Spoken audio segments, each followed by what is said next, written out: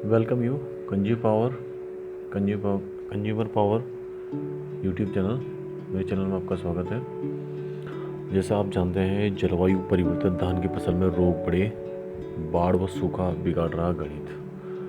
Friends, climate change ये इतना बड़ा बदलाव है, या वातावरण जो बदलाव हो रहा है वो बहुत बड़ा बदलाव है विश्व स्तर में।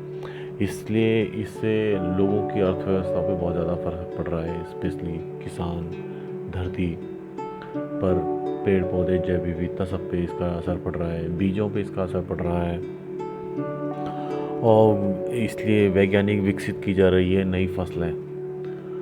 जो ये अब फसलें हैं वो भी अब नए हाइब्रिड बीज उत्पन्न करने पड़ेंगे, क्योंकि सूखा पड़ रहा है, बाढ़ आ रही है। तो ये सारे इसके कारण हैं जिसमें विकसित की जा रही है। भारत में भी बहुत ज़्यादा इसका प्रभाव पड़ रहा है। यूपी के 48 ज़िले उस संकट में सूखे के उसमें आ चुके हैं।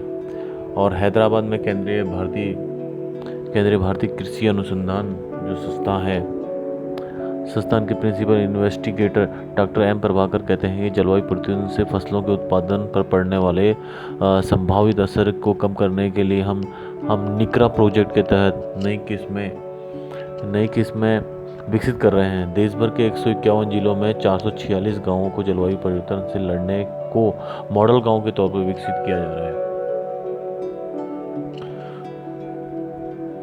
किया गया है और राज्य सरकारें आगे अन्य गांवों तक इस तकनीक को लेकर जाएंगे।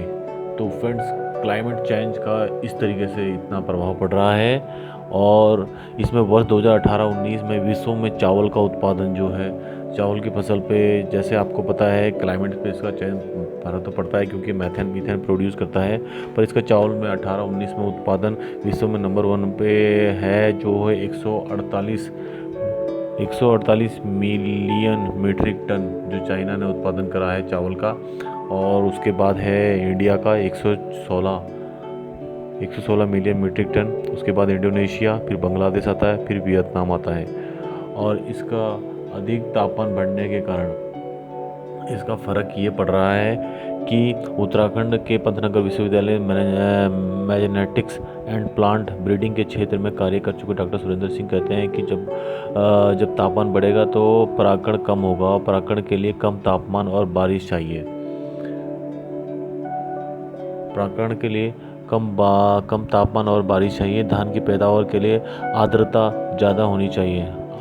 आर्द्रता मतलब नमी ज़्यादा चाहिए। धान की अच्छी पैदावार के लिए अधिकतम नमी 80 व कम से कम 50 होनी चाहिए।